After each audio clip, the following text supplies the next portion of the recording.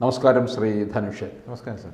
ഈ നമ്മുടെ സിനിമാ ലോകത്തുള്ള കഥകൾ കേൾക്കാനായിട്ട് ഒരുപക്ഷെ ഏവർക്കും അതിനകത്ത് വലിയ താല്പര്യമാണ്, ഒരു പ്രത്യേക കൗതുകമുണ്ട്. അത് മലയാള ഭാഷയിലുള്ളതായാലും മറ്റ് ഇതര ഭാഷകളിൽ നിന്നുള്ളതായാൽ പോലും, പ്രത്യേകിച്ച് ഈ നടീനടന്മാരുടെ പിന്നാമ്പുറ കഥകൾക്കായിരിക്കും കൂടുതൽ ചിലവുണ്ടാകുന്നത്. ഉണ്ട്. അത് വളരെ കൗതുകത്തോടെ, അതുകൊണ്ടൊക്കെയാണല്ലോ ഇത് ഗോസിപ്പ് എന്നുള്ള രീതിയിലൊക്കെ ഇറങ്ങുകയൊക്കെ ചെയ്യുന്നുണ്ട്. ഇപ്പോൾ ഏറ്റവും അവസാനം നമ്മൾക്ക് ഇപ്പോൾ കിട്ടുന്നത് ധനുഷ്, നയൻതാര ഇവരുടെ സിനിമയിൽ കലാപമാണ് ഇപ്പോൾ നടക്കുന്നത്. എന്താണ് ഇതിൻ്റെ കാര്യങ്ങൾ? സംഭവം എല്ലാവരും ചർച്ച ചെയ്ത് കഴിഞ്ഞ കാര്യങ്ങൾ തന്നെയാണ് ഇതെല്ലാം. അതായത് നയൻതാര എന്ന് പറയുന്ന നടി, ആ നടിയുടെ കല്യാണം, നമ്മളൊക്കെ കല്യാണം കഴിഞ്ഞാൽ കല്യാണ ആൽബങ്ങളാണ് ഇറക്കാറുള്ളത്.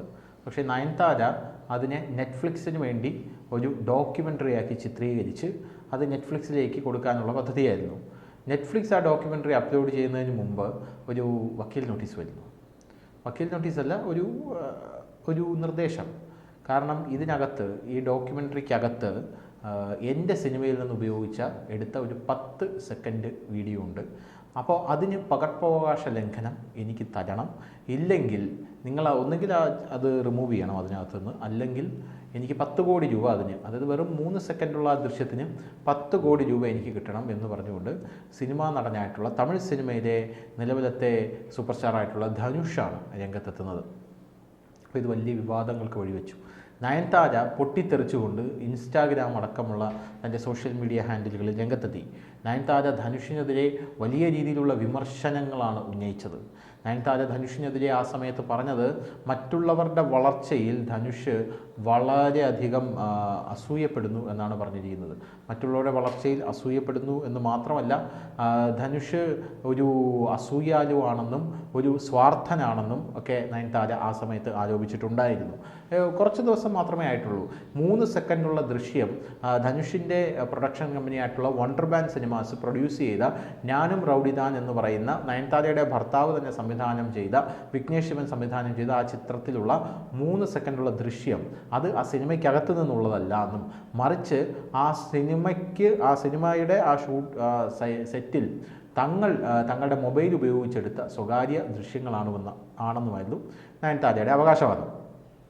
എന്നാൽ ഇത് ധനുഷ് അംഗീകരിക്കാൻ തയ്യാറായില്ല. ധനുഷ് അതിനെതിരെ കേസ് കൊടുക്കും എന്നുള്ള നിലപാടിൽ തന്നെ ഉറച്ചു നിന്നു. അതിനിടയിൽ ഇത് നെറ്റ്ഫ്ലിക്സിൽ അപ്ലോഡ് ചെയ്യരുത് എന്നും ധനുഷ് താക്കീത് കൊടുത്തിട്ടുണ്ടായിരുന്നു. എന്നാൽ ഇതൊന്നും വകവയ്ക്കാതെ Nayanthara beyond the fairy tale എന്ന് പറയുന്ന ആ ഒരു നെറ്റ്ഫ്ലിക്സിന് കൊടുത്ത ഡോക്യുമെൻ്ററി അപ്ലോഡ് ചെയ്യുന്നു. അത് വരുന്നു. അതിനകത്ത് ഈ ഞാനും റൗഡിദാൻ എന്ന് പറയുന്ന ധനുഷിൻ്റെ പ്രൊഡക്ഷൻ കമ്പനി എടുത്ത സിനിമയുടെ 3 സെക്കൻഡ് ദൃശ്യങ്ങൾ, അത് അവർ പറയുന്നത് സ്വകാര്യ ദൃശ്യങ്ങളാണെന്നാണ്. ധനുഷ് പറയുന്നത്, എൻ്റെ സെറ്റ് ഞാൻ പണിതിട്ടിരിക്കുന്നത് നിങ്ങൾക്ക് വന്നുള്ള ദൃശ്യങ്ങൾ എടുക്കാനല്ല എന്നുള്ള രീതിയിലാണ്. അപ്പോൾ അത് വരുന്നു. ധനുഷ് വീണ്ടും താക്കീത് കൊടുത്തു.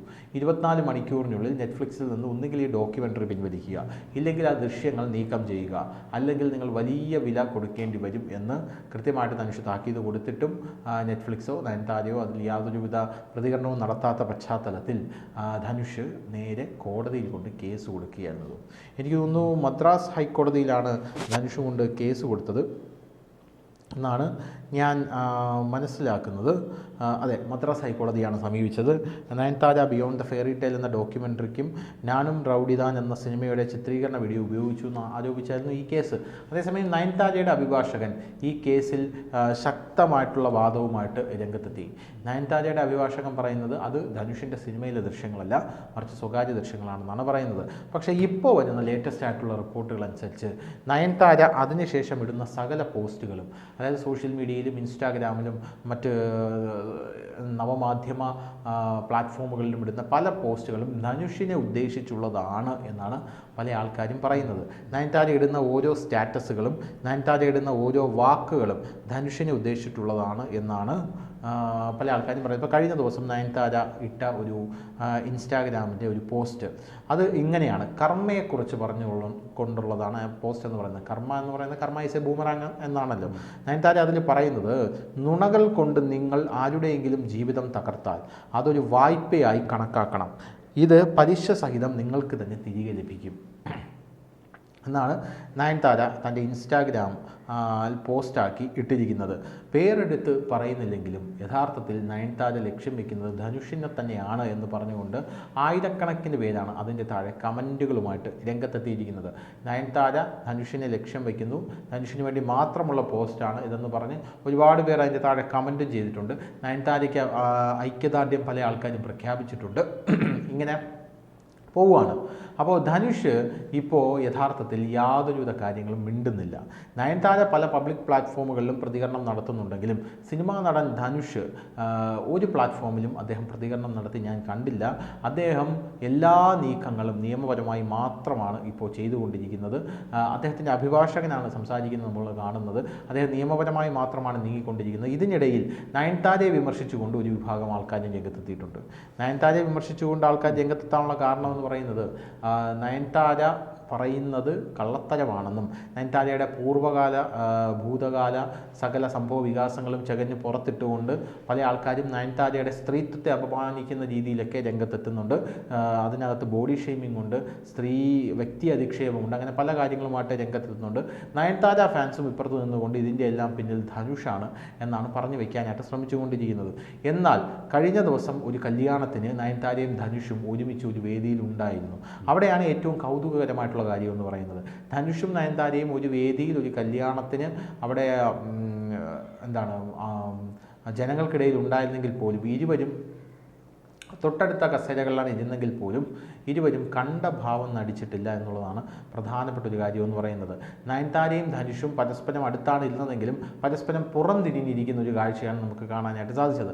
അങ്ങനെ ഈ നയൻതാര ധനുഷ് വിഷയം നാൾക്ക് നാൾ കൂടുന്തോറും ഒരു ഹോട്ട് ടോപ്പിക്കായിട്ട് മാറി സമൂഹ മാധ്യമങ്ങൾ മുഴുവൻ ചർച്ച ചെയ്യുന്ന ഒരു കാഴ്ചയാണ് നമുക്ക് കാണാൻ സാധിക്കുന്നത്. അതേസമയം ധനുഷിൻ്റെ അനുകൂലികൾ, ധനുഷിൻ്റെ പഴയ ധനുഷ് ഉയർത്തിക്കൊണ്ടുവന്ന ആൾക്കാർ, ധനുഷ് ഉയർത്തിക്കൊണ്ടുവന്ന ആർട്ടിസ്റ്റുകൾ, ഇവരെയൊക്കെ ഒരു ഫോട്ടോ ഒക്കെ എടുത്തിട്ട് സോഷ്യൽ മീഡിയയിൽ വ്യാപകമായി പ്രചരിപ്പിക്കുന്നുണ്ട്.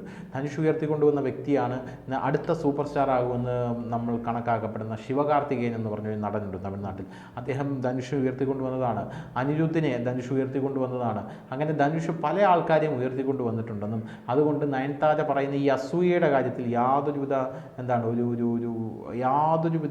ഒരു അക്സെപ്റ്റൻസും ലോകം തരില്ല എന്നാണ് ധനുഷിൻ്റെ ഫാൻസ് പറയുന്നത്. പോരാത്തതിന് നയൻതാര ധനുഷിന് അസൂയ ഉണ്ടെന്ന് പറയുമ്പോൾ വിഘ്നേഷ് ശിവനും ധനുഷിൻ്റെ പ്രൊഡക്ഷൻ കമ്പനിയിൽ വന്നതിന് ശേഷമല്ലേ വിഘ്നേഷ് ശിവൻ നല്ല രീതിയിലൊരു ഡയറക്ടറായത്? ആ ചിത്രം ഞാനും റൗഡിദാൻ എന്ന് പറയുന്ന ചിത്രം വലിയ രീതിയിൽ വിജയമായതുകൊണ്ടല്ലേ, വിഘ്നേഷ് ശിവൻ അങ്ങനെ ഒരു ചാൻസ് കിട്ടിയതുകൊണ്ടല്ലേ എന്നും പല ആൾക്കാരും ചോദിക്കുന്നുണ്ട്. ഇത് ഞാൻ മനസ്സിലാക്കുന്നത് ഒരു പിറ്റി ഈഗോ വിഷയം മാത്രമാണ് എന്നാണ്. അതായത് രണ്ട് ചലച്ചിത്ര താരങ്ങൾ തമ്മിലുള്ള ഈഗോയുടെ പുറത്തുള്ള ഒരു വിഷയം മാത്രമാണ് എന്നാണ് ഞാൻ മനസ്സിലാക്കുന്നത്. എന്തു തന്നെയായിരുന്നാലും ധനുഷും നയൻതാരയും തമ്മിലുള്ള പോര് വലിയ രീതിയിൽ തുടർന്നുകൊണ്ടേയിരിക്കുകയാണ്. ആ പോര് ഇനി മുറുകി എവിടെ ചെന്നെത്തും എന്ന് നമുക്ക് കണ്ടു കഴിഞ്ഞറിയണം. കോടതി ഇതിൽ ധനുഷിൻ്റെ കൂടെ നിൽക്കുമോ നയൻതാരയുടെ കൂടെ നിൽക്കുമോ എന്നുള്ളതാണ് ഇനി നമ്മൾ ഉറ്റുനോക്കുന്ന ഒരു കാര്യമെന്ന് പറയുന്നത്.